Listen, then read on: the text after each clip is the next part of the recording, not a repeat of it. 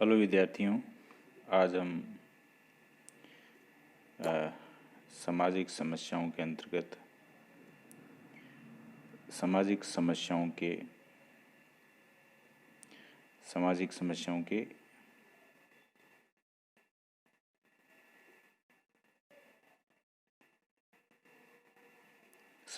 के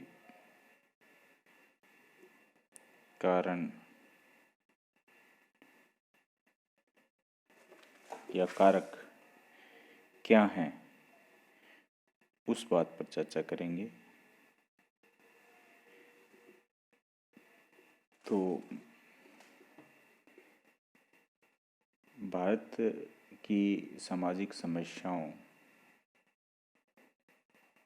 में उनके उत्पन्न होने तथा बने रहने के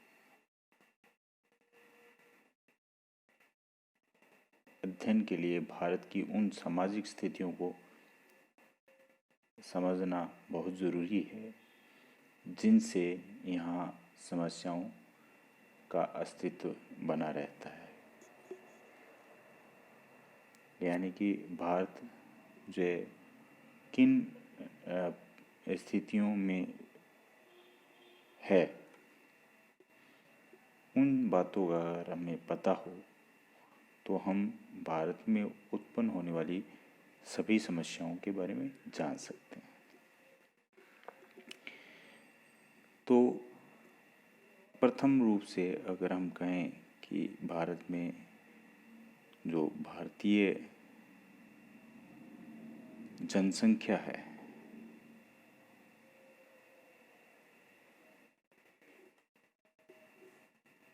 इसकी जो विजातीयता है, इसकी जो विविधता है, वो भारत में समस्या का कारण बनती है। कैसे बनती है? तो भारतीय जनसंख्या को सबसे पहले हम धर्म के आधार पर देखें तो भारत में कई धर्म हैं, संप्रदाय हैं। हिंदू धर्म, मुस्लिम धर्म, इस्लाम धर्म, सिख धर्म, पारसी धर्म, ऐसे कई धर्मों के साथ, संप्रदायों के साथ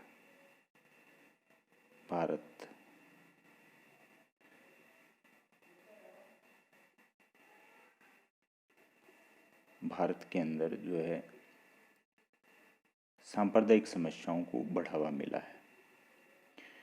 विशेष रूप से हिंदुओं और मुसलमानों के बिगड़े हुए संबंध जो है गंभीर समस्या के रूप में देखने को मिल सकते हैं। यह समस्या ऐतिहासिक दृष्टि से ही भारत में रही है। भारत में जब मुसलमानों के आक्रमण, हिंदुओं और मुसलमानों के बीच प्रारंभिक संघर्ष, ब्रिटिश शासन और सांप्रदायिक विभाजन को प्रोत्साहित करने के लिए उनकी नीति, ये सब संप्रदायवाद को बढ़ावा देते रहे हैं। भारत में हिंदुओं और सिखों के संबंधों को भी संप्रदायवाद की समस्या ने प्रभावित किया है। भारत में एक बड़ी संख्या में सिख रहते हैं और उनकी अधिकांश आबादी देश के अपेक्षाकृत विकसित क्षेत्र पंजाब में है। और पंजाब में जो सांप्रदायिक राजनीति और आगे चलकर आतंक का उदय हुआ,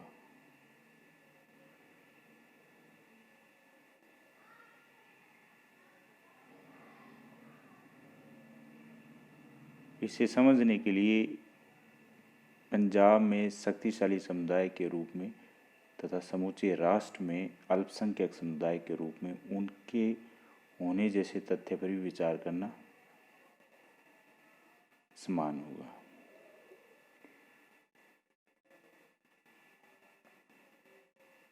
धर्मनिरपेक्षता की भारतीय अवधारणा में सभी धर्मों को समान माना जाता है और एक धर्म को दूसरे धर्म से कोई भेद नहीं होता है।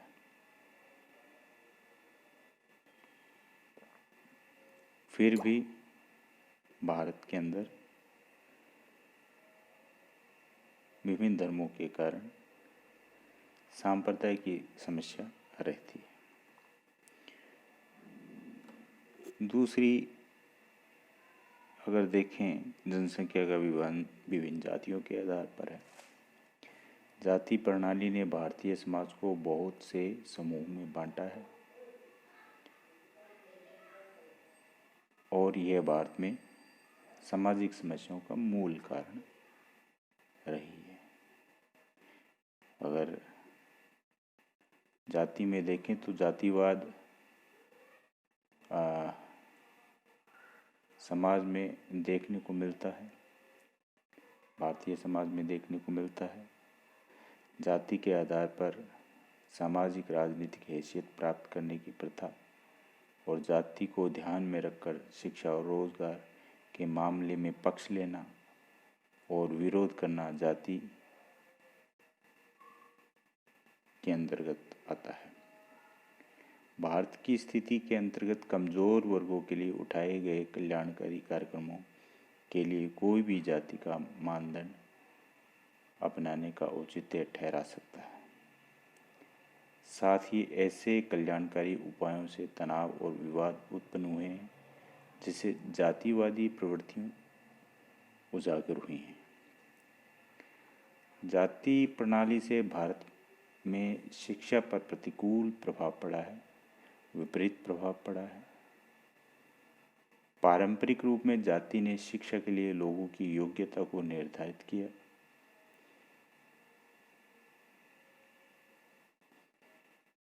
पारंपरिक प्रणाली के अंतर्गत शिक्षा ऊंची जातियों को ही मिलती थी, उनका ही अधिकार माना जाता था।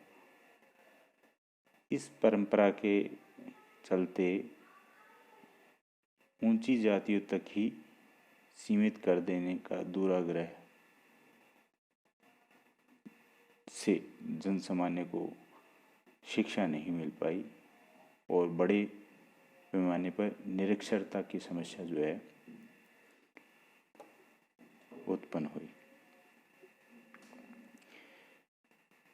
जनसंख्या के आधार पर हम एक भाषा को भी ले सकते हैं। भारतीय समाज का एक पहलू है कि भारत के अंदर अलग अलग राज्य हैं।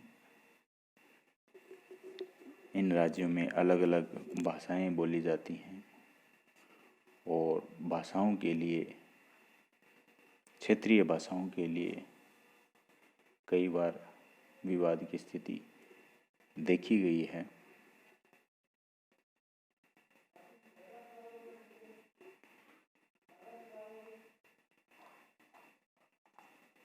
चौथा आता है आपका जनजातियां।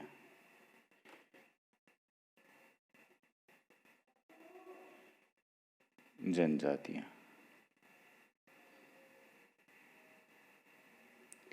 भारत जनजातियों की बड़ी आबादी वाला देश है और भारत में जनजातियों का समाज एक समान नहीं है।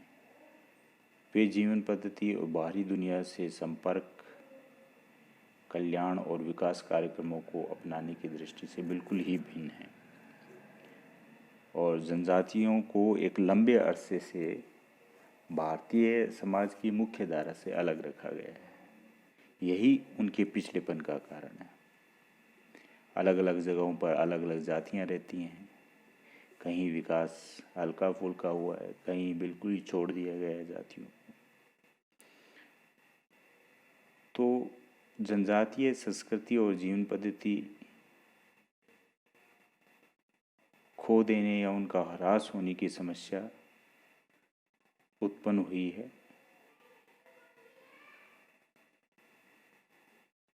और भारत की जनजातियों की मुख्य समस्या पिछड़ापन, शोषण, जातीय तनाव इस प्रकार की है। फिर आती है आपके जनसंख्या वृद्धि की समस्या जो मूल रूप से जनसंख्या से ही संबंधित है। आप देखेंगे कि भारत में लगातार जनसंख्या की वृद्धि तीव्र गति से वृद्धि हो रही है।